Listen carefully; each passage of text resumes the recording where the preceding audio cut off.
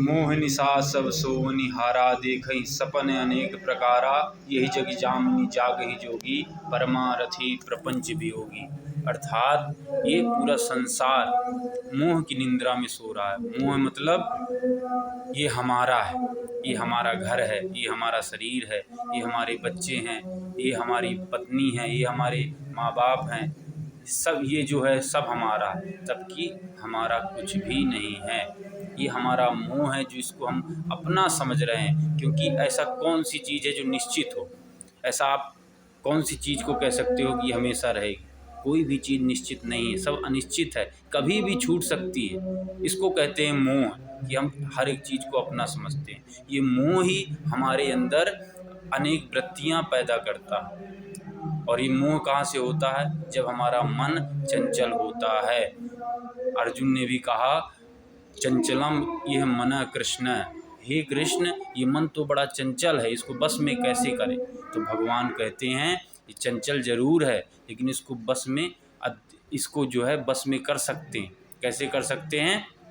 नित्य अभ्यासेन तु कौन्तेय, जब हम अभ्यास इसको धीरे धीरे अभ्यास से बस में किया जा सकता है। गीता जी में एक श्लोक है, निर्माण मोहा जित संग दोषा, अध्यात्म नित्या विनवृत्त कामा, द्वंद्वैर मुक्ता सुख दुख संगैर, गच्छन्त मूढ़ा पदमभ्यम तत्। अर्थात निर्माण मोहा, सभी प्रकार के मोहों से निर्वाण हो जाओ।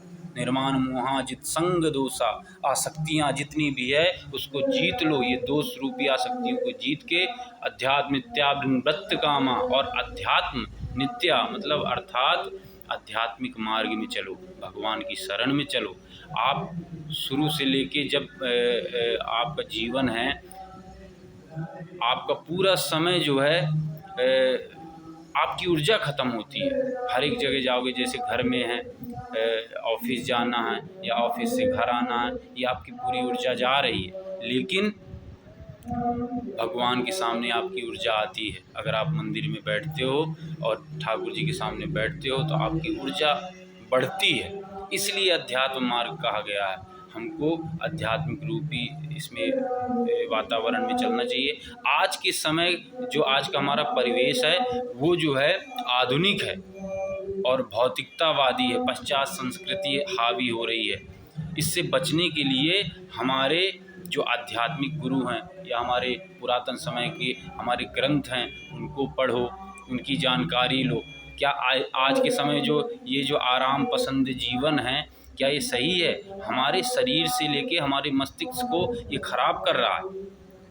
और इससे बचने का उपाय है अध्यात्म मार्ग। इसमें आप चल के ही इससे बच सकते हो।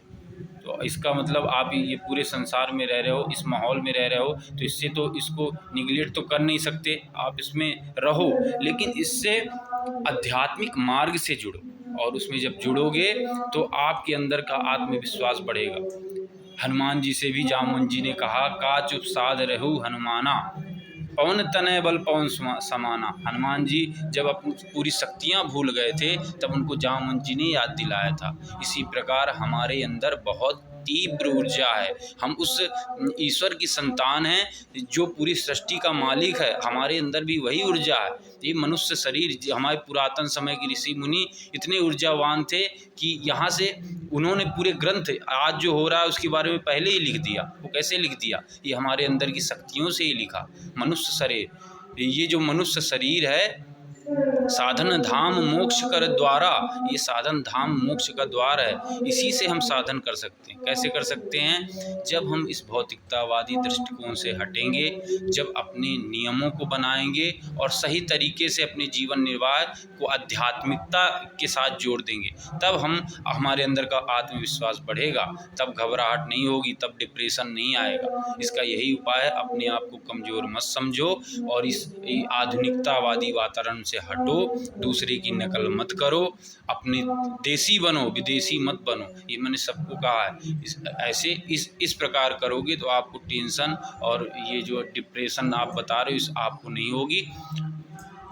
इस प्रकार से अपना जीवन निर्वाह करो।